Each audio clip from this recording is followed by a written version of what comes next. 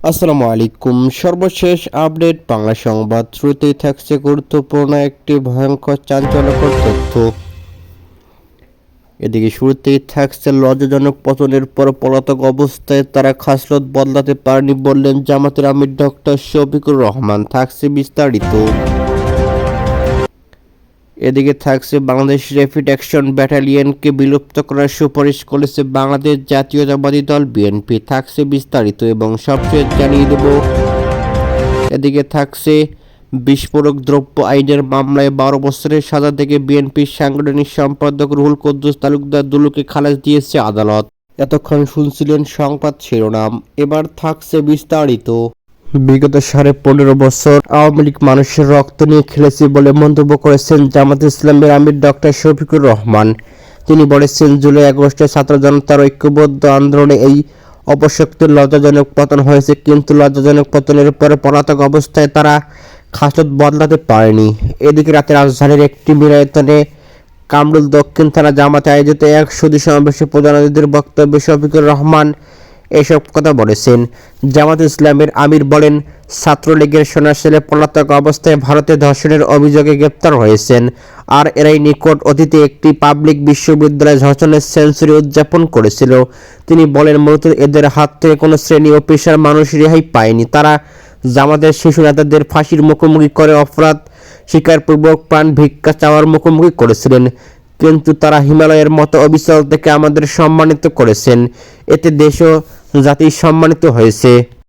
জামাতের আমির আরও বলেন, বিগত 15.5 বছর আওয়ামী বাকশালে দেশের ত্রাসের রাজত্ব কায়েম করেছিল, কিন্তু ছাত্র জনতা ঐক্যবদ্ধ প্রয়াসের মাধ্যমে তাদের সব চক্রান্ত মাটির সঙ্গে মিশিয়ে দিয়েছে, যা আমরা কল্পনা করিনি এবং তা পতিত স্বৈরশাসনের কল্পনার বাইরে ছিল।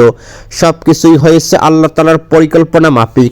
এদিকে ডাক্তার শফিকুর রহমান বলেন, মূলত আওয়ামী লীগ মানুষের রক্ত নিয়ে খেলেছে। তারা 28 অক্টোবর প্রকাশ্যে রাজপথে পিটিয়ে মানুষকে হত্যা করেছে। এরপর পাতানো নির্বাচনের মাধ্যমে ক্ষমতায় এসে 57 জন দেশপ্রেমী ও চৌকস সেনা কর্মকর্তাদের হত্যা করার পর জামাতের শীর্ষ নেতাদের কথিত বিচারের নামে প্রহসন করে একের পর এক নির্মম ও নিষ্ঠুরভাবে হত্যা করেছে। তাদের হাত থেকে রেহাই পায়নি আলেম ওলামা মাদ্রাসার ছাত্ররাও, কিন্তু ছাত্র জনতার ঐক্যবদ্ধ আন্দোলনের মাধ্যমে এই অপশক্তির লজ্জাজনক পতন হয়েছে। এদিকে ডক্টর শফিকুর রহমান আরও বলেন, ছাত্র জনতার ঐতিহাসিক বিপ্লবের মাধ্যমে আমাদের দেশ মুক্ত পরিবেশ পেয়েছে। তিনি 2006 সালে 28 অক্টোবর থেকে 2024 সালের 5 আগস্ট পর্যন্ত সব আত্মসহকারীদের শহীদদের মর্যাদা দেওয়ার আহ্বান, আল্লাহ তাআলার দরবারে দোয়া, আহত ব্যক্তিদের প্রশান্তি ও সুস্থতা এবং শহীদ পরিবারের সদস্যদের উত্তম ধৈর্য ধারণের তৌফিক কামনায় আল্লাহর দরবারে দোয়া করেছেন তিনি।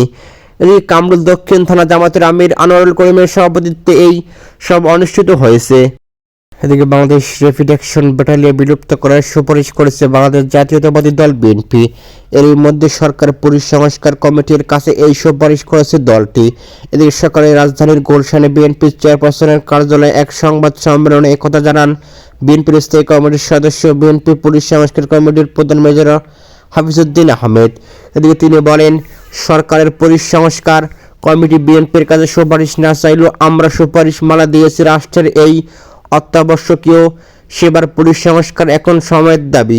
এদিকে সুপারিশ মালায় বিএনপি পুলিশ কমিশন গঠনের সুপারিশ করে বলে জানান হাফিজউদ্দিন। তিনি বলেছেন, পুলিশের বিভিন্ন স্তরের অবসরপ্রাপ্ত পুলিশ। এদিকে পুলিশ কর্মকর্তাদের সঙ্গে কথা বলেছি, সাংবাদিকদের সঙ্গে কথা বলেছি, অনেকের সঙ্গে কথা বলেছি, জনগণের সঙ্গে পুলিশের দূরত্ব কমানোর সুপারিশ করেছি আমরা। এদিকে পুলিশ বাহিনীকে সঠিক দিক নির্দেশনা, পরামর্শ এবং সহায়তা প্রদানের জন্য একটি পুলিশ কমিশন গঠন করা প্রয়োজন। কমিশনের কার্যপরিধির মধ্যে থাকবে এদিকে পুলিশের জননিবন্ধন, গ্রহণযোগ্য আচরণ নিশ্চিত করা, বাহিনীর কল্যাণ উন্নয়ন পদক্ষেপ গ্রহণ, এদিকে বাহিনী পরিচালনায় প্রয়োজনীয় আইন ও বিধি প্রণয়ন করা, বাহিনী সম্প্রসারণ, প্রয়োজনীয় সরঞ্জাম সংগ্রহ, সদস্যদের দক্ষতা বৃদ্ধি, পম্পে উন্নত বিশ্বের অনুকরণে আধুনিক প্রশিক্ষণ প্রদান। এদিকে তারা আরও জানান, সর্বোচ্চ বিভাগীয় কমান্ডার কর্তৃক প্রচলিত আইন ও বিধির বেদায় প্রয়োজনীয় পদক্ষেপ গ্রহণ, রাষ্ট্রীয় গুরুত্বপূর্ণ ইস্যুতে পুলিশকে প্রয়োজনীয় দিক নির্দেশনা প্রদান, দায়িত্ব পালন করে দেশব্যাপী আইন শৃঙ্খলা পরিস্থিতির গুরুতর অবনতি রোধ করে প্রয়োজনীয় নির্দেশনা প্রদান করতে হবে। এদিকে জাতীয় সংসদ বলবৎ না থাকলে অন্তর্বর্তীকালীন সময়ের জন্য কমিটির চেয়ারম্যান হিসেবে দায়িত্ব পালন করবেন সুপ্রিম কোর্টের অবসরপ্রাপ্ত একজন বিচারক। এদিকে সরকার বিধিবিধান দ্বারা এই কমিশনের সদস্য নির্বাচন পদ্ধতি, কাজের পরিধি ও কর্মকাল নির্ধারণ করবেন। এদিকে স্থানীয় পর্যায়ে পুলিশকে অপরাধ দমনে সহায়তা প্রদান, জনসাধারণ পুলিশ সম্পর্কে উন্নয়ন এবং সংশ্লিষ্ট এলাকায় আইনশৃঙ্খলা রক্ষায় পরামর্শ প্রদানের জন্য প্রত্যেক উপজেলায়, থানায় একটি নাগরিক কমিটি গঠন করা হবে। স্থানীয় গণমাধ্যম, সুশিক্ষিত গ্রহণযোগ্য ব্যক্তির সমন্বয়ে এই কমিটি গঠিত হবে। এদিকে কমিটির সভাপতি হবেন একজন স্থায়ী বিশিষ্ট ব্যক্তি, সদস্য সচিব হবেন সংশ্লিষ্ট থানার ভারপ্রাপ্ত কর্মকর্তা। এছাড়াও তিনি আরও জানান, পুলিশের সাংগঠনিক কাঠামোতে থাকা র্যাব ইতিমধ্যে দেশে এবং বিদেশে ব্যাপকভাবে নিন্দিত, সমালোচিত হয়েছেন। দেশি বিদেশি মানবাধিকার সংগঠন, জাতিসংঘ, অধিকাংশ রাজনৈতিক দল এবং সুবিধাজনক র্যাবকে দেশে সংঘটিত অধিকাংশ গুম, খুন, নির্যাতন ও নিপীড়নের জন্য দায়ী করেছেন। বাহিনীটিতে বর্তমান যুক্তরাষ্ট্রের নিষেধাজ্ঞার আওতায় আছে। এই প্রেক্ষাপটে র্যাবকে বিলুপ্ত করার সুপারিশ করা হলো। র্যাবের দায়িত্ব আর্ম পুলিশ ব্যাটালিয়ন এবং থানা পুলিশ যেন পালন করতে পারে, সেই লক্ষ্যে প্রয়োজনীয় ব্যবস্থা গ্রহণ করতে হবে। এদিকে কমিউনিটি কর্তৃক পরিচালিত পুলিশি ব্যবস্থাকেই বলা হয় কমিউনিটি পুলিশিং। এর উদ্দেশ্য হলো জনগণের সাথে অংশীদারিত্বের ভিত্তিতে অপরাধ দমন, আইন শৃঙ্খলা রক্ষা ও সামাজিক সমস্যা বিধি সমাধানে ঐক্যবদ্ধভাবে কাজ করা। কমিউনিটি পুলিশের মাধ্যমে সমাজে বিবিধ অপরাধ প্রবণতা এবং সামাজিক অস্থিরতা কমবে, পুলিশ জনসাধারণের মধ্যে দূরত্ব হ্রাস পাবে, জনসচেতনতা বৃদ্ধি করবে এবং আইনের শাসন জোরালো হবে বলে জানান তিনি। বিস্ফোরক দ্রব্য আইনের মামলায় 12 বছরের সাজা থেকে বিএনপির সাংগঠনিক সম্পাদক রুহুল কুদ্দুস তালুকদার দুলু খালাস দিয়েছে রায় ঘোষণা করেছে হাইকোর্ট।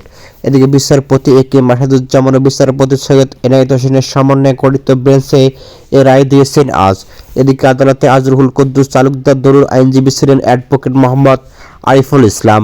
এদিকে 2004 সালের ফেব্রুয়ারি মাসে নাটোরে 18টি বাড়িঘর আগুন দিয়ে পোড়ানো হয়েছে। এই ঘটনায় ওই বছরে নাটোর মামলা হয়েছে।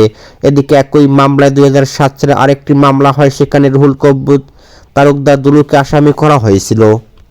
এদিকে পরে নাটোরের বিশেষ জজ আদালত দুলুকে 12 বছর এবং অন্য 83 আসামিকে 10 বছরের সাজা দিয়েছিলেন।